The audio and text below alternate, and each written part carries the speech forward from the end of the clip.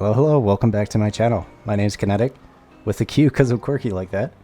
We're back again with another video.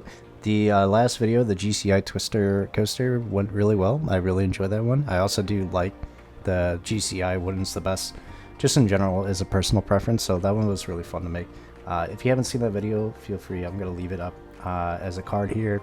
Feel free to go back and check it out. Anyways, for today, we had a suggestion from lolman999 to ask ChatGPT to make a giga coaster. So we're gonna hop into ChatGPT real quick. Also, quick shout out, thank you guys so much for over 100 subscribers. It's honestly crazy to see all the feedback I've been getting and all the comments. It's always great to hear, and feel free to leave more comments on this video and just give me ideas.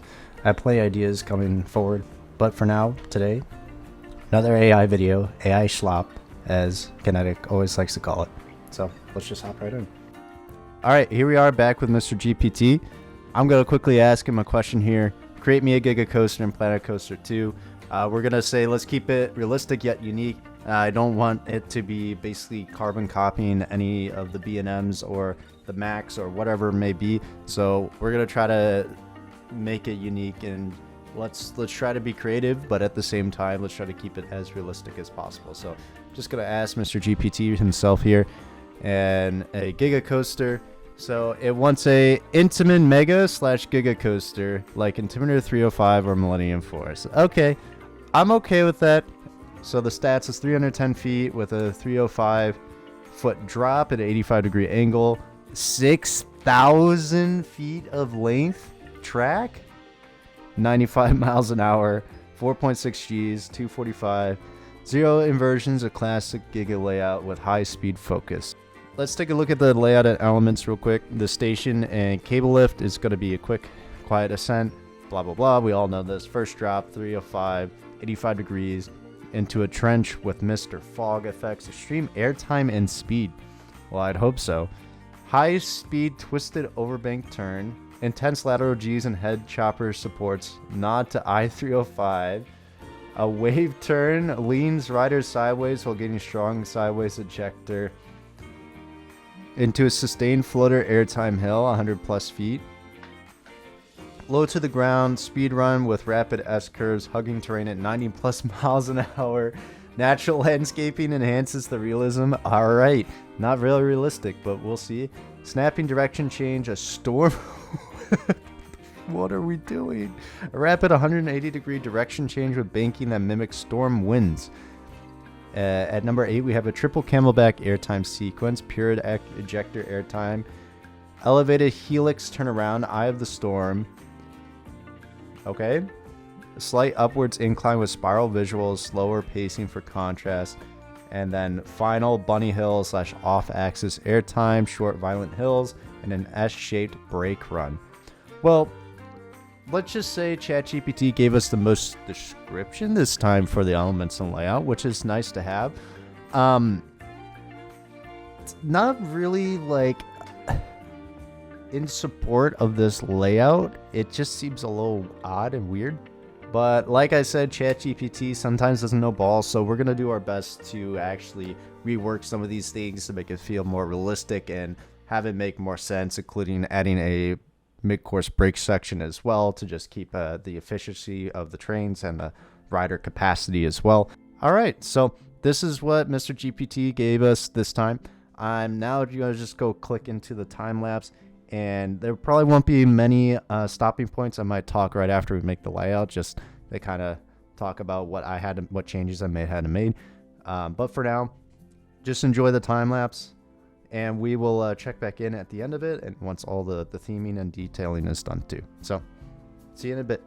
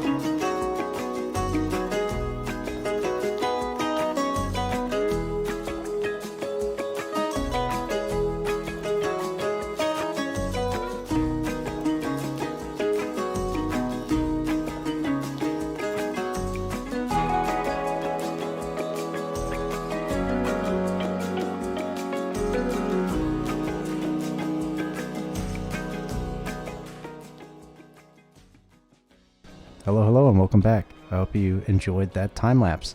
I understand I cut out a few things here and there. Sometimes I forget to hit record when I'm just like mindlessly working. But I think I handled the main bulk of it, so I hope you guys don't really mind. Anyways, moving on, we're just going to step right into the layout and the elements and what ChatGPT recommended. So first off, we obviously have our station. It's a pretty basic station. I'm trying to show you guys, but very basic station. It's very like what Millennium Force almost. A lot of this roller coaster, I've just kind of used Millennium Force as a reference for an old gen giga coasters. So you're gonna see it's gonna feel fairly similar to kind of how I designed everything. Anyways, we have our cable lift into a ascent with thunderous sound design. You probably can hear it. I just put this at the top just to have it there.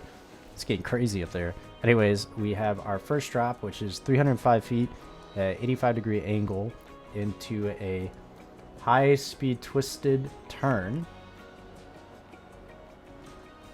which is an intense lateral G and head chopper supports. Says 145 feet, but I don't know what exactly. It says nods to I-305, but I don't know what that is on Intimidator 305. So we just did a low to the ground turn in nods of I-305. So that's what I thought it meant. I did not see the 145 feet part. And then we have a wave turn / twisted airtime hill. So lean riders sideways while getting strong sideways ejector.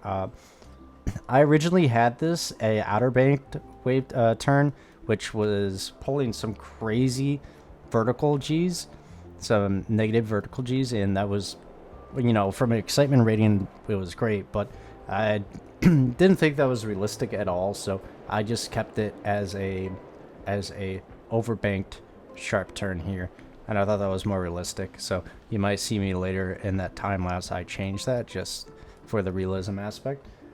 Next up, we have sustained flutter airtime, smooth and long, set over a lake or midway, no lake. Oops. Next up, we have low to the ground speed run with rapid S curves. So here is our speed run right here. It goes a little bit back and forth, and then into a snapping direction change, a quote unquote storm whip is what he calls it. Slight upward incline with spiral visual, slower pacing for contrast. I don't really know how I'm supposed to do that when we're going 80 miles an hour, but we're doing our best here. Next up, we added a brake run. It wasn't mentioned in the layout, but I added it here because it made the most sense. And then we have a triple camelback airtime sequence. So I'm counting this brake run section as one, plus it kind of ran out of space, but we have 1, 2, 3 triple camelback sequence. So just 3 airtime hills. And then we have a elevated helix turnaround. So as you can see here, it's a slightly elevated helix turnaround. I thought this would look excellent with a lake here, as well as the fact that these tunnels, I don't think you saw them in the time lapse, but they're here. They look great at night, so I'm going to have nighttime cinematics POV because I think this ride looks great at night too. And then next up we have final bunny hills / off-axis airtime. So here are our bunny hills. We have a very slight off-axis airtime here. I tried my best. And then another tunnel with more airtime hills. 1, 2 more pops. So we have 1, 2, 3, 4, 5 airtime hills, followed by a classic, yes, Millennium Force turnaround to end the ride. So here's our coaster station, a very, very basic maintenance track. I realized that on Millennium Force, it is the maintenance bay. Well, they have a unloading station, but the maintenance track actually just is a switch track that goes out to the side of the unloading station, which I didn't realize that until after I built this. So do not fret. I know, I'm aware. That's it's different, but I always just use this as like my basic transfer tracks sequence. It's honestly, it does its job. It may not be functional, but it works.